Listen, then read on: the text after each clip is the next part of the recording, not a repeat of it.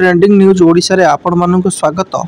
आज 15 अगस्त 2024 समस्त मुख्य खबर जानापी भिडियो को शेष पर्यटन देखूँ। आज एक नंबर बड़ खबर, घरे घरे तिरंगा अभियान में सामिल हेले मुख्यमंत्री। आज पूर्वाह्न लिंगराज मंदिर ठारू मुक्तेश्वर मंदिर पर्यंत घरे घरे तिरंगा पदयात्रा अनुष्ठित हो जाइछि।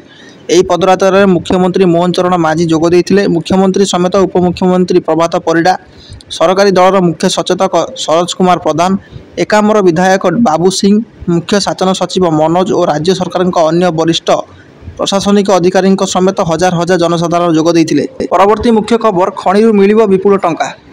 खनिज रॉयल्टी मामलें सुप्रीमकोर्ट बुधवार राज्य मान सपक्ष एक बड़ राय देइछन्ति। केंद्र सरकार और खनि कंपनी गुड़िक ठारू पिछला रॉयल्टी वसूल करने को कोर्ट राज्य मान अनुमति देइछन्ति। या द्वारा ओडिशा और झारखंड भली खनि थिबा राज्य गुड़िक उपकृत हेबे, किंतु खनि कंपनी गुड़िक लागि यह बहुत बड़ धक्का साब्यस्त होइछि। कोर्ट एही निर्देश कार्यकारी हेले खनि कंपनी को पाखापाखि 2 लाख कोटी टंकार आर्थिक बोझ सहिबाकु पड़िबो। परवर्ती मुख्य खबर, भारतर रप्तानी चिंता। एक प्रमुख रप्तानीकारी देश भाव भारतर स्थिति दुर्बल होबार लागिछि।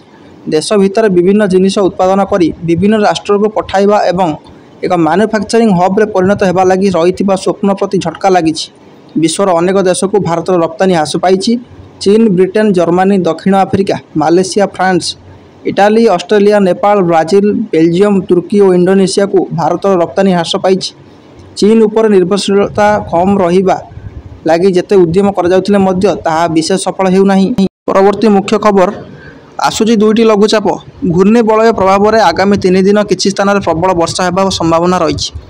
भुवनेश्वर पाणीपाग विज्ञान केन्द्र पक्षर संपृक्त जिलागुड़िक येलो वार्निंग जारी करा जायछि। एक घरोई मॉडल अकालन अनुसार अगस्त 16 रु 26 तारीख मध्य 2टी लघुचाप सृष्टि होगा संभावना रही। संभाव्य लघुचाप प्रभाव में ओडिशा, उत्तर प्रदेश, बिहार, मध्य प्रदेश, केरल, राजस्थान में प्रबल वर्षा हो पारे। परवर्ती मुख्य खबर, ब्लू फ्लैग बेलाभूमि में हर घर तिरंगा। पुरी ब्लू फ्लैग बेलाभूमि में बुधवार जिला स्तरीय हर घर तिरंगा कार्यक्रम अनुष्ठित होइछि। अतिरिक्त जिलापाल नीलमाधव भोई, जिला परिषद मुख्य उन्नयन अधिकारी प्रियरंजन पृष्टि, पौरपालिका निर्वाही अधिकारी अभिमन्यु बेहेरा अतिथि भाव जोगदे उद्घाटन करथिले। सेमाने कहिले तिरंगा पताका प्रत्येक भारतीय को गर्वित करिछि, यह आमर स्वाभिमानर प्रतीक। परवर्ती मुख्य खबर, थाईलैंड प्रधानमंत्री बहिष्कृत। थाईलैंड प्रधानमंत्री श्रेथा थाबिसिन को बुधवार तांको पदरु बहिष्कार करा जायछि। कैबिनेट नियुक्ति क्षेत्र में थाबिसिन संविधान नियम को उल्लंघन करिथिबारु देशर सर्वोच्च अदालत तांको पदरु बहिष्कार करिसेंति। थाईलैंडर पूर्वतन झुंटा सरकार केतक सांसद थामसिन विरोध सांविधानिक नियम उल्लंघन अभियोग आनिथिले। परवर्ती मुख्य खबर, राज्यगुड़िक 2005 एप्रिल मिलिबो खनिज राजभाग। खनिज संपद संपन्न राज्यगुड़िक 2005 एप्रिल पहिलारु पिछला भाव उत्पादित खनिज पदार्थ उपरे केंद्र सरकार और खनि कंपनी गुड़िक ठारू राजभोग रॉयल्टी वसूल करें। संपर्क न्यायालय बुधवार ए संक्रांत राय देवा सह या विरोध में केंद्र सरकार आवेदन को अग्राह्य कर देइछन्ति।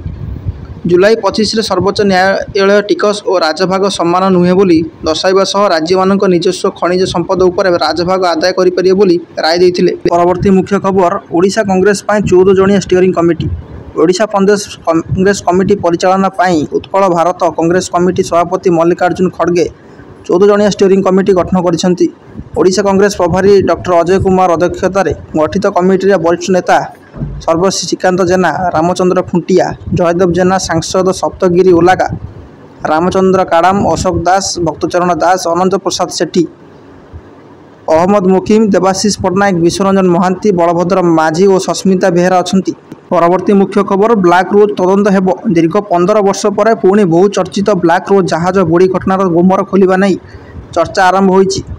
पूर्व यह घटनार तदंत केंद्रीय तदंतकारी संस्था सीबीआई द्वारा करने को जहाज चलाचल मंत्रालय प्रस्ताव देते हैं तत्कालीन बीजेडी सरकार एथिरे सहयोग करुनथिले। एबे सरकार परिवर्तन हेबा परे ब्लैक रोज बुड़ी घटनार तदंत करने को 2024 जून 22 रे मुख्यमंत्री मोहन चरण माझी को सूचनाधिकारी कर्मी प्रदीप प्रधान एक पत्र लिखिथिले। ब्लैक रोज बुड़ी घटनार क्राइम ब्रांच तदंतर समस्त दस्तावेज सीबीआई को हस्तांतर पाई प्रधान निवेदन करथिले। उक्त अभियोग को आधार करी घटनार उपयुक्त अनुसंधान करने को गृह विभाग पक्षरु डीजीपी को चिठी लेखा जनापड़ी। परवर्ती मुख्य खबर, भिनेश आवेदन खारज। प्यारिस ओलंपिक्स आउ एक रौप्य पदकर आशार रही 140 कोटी भारतीय को निराश होगा पड़ी। भारतीय महिला रेसलर भिनेश फोगत आवेदन court of arbitration for sports ଆକାଶରେ ଖାରଜ ହୋଇଥିବା ନେଇ ଭାରତୀୟ ଅଲିମ୍ପିକ୍ସ ଆସୋସିଏସନ୍ IOA ପକ୍ଷରୁ ସୂଚନା ମିଳିଛି। ଏହିପରି ସମସ୍ତ ବଡ଼ ଖବର ଜାଣି ଆଗରେ ରହିବା ପାଇଁ ଚ୍ୟାନେଲଟିକୁ ସବସ୍କ୍ରାଇବ୍ କରିନିଅନ୍ତୁ।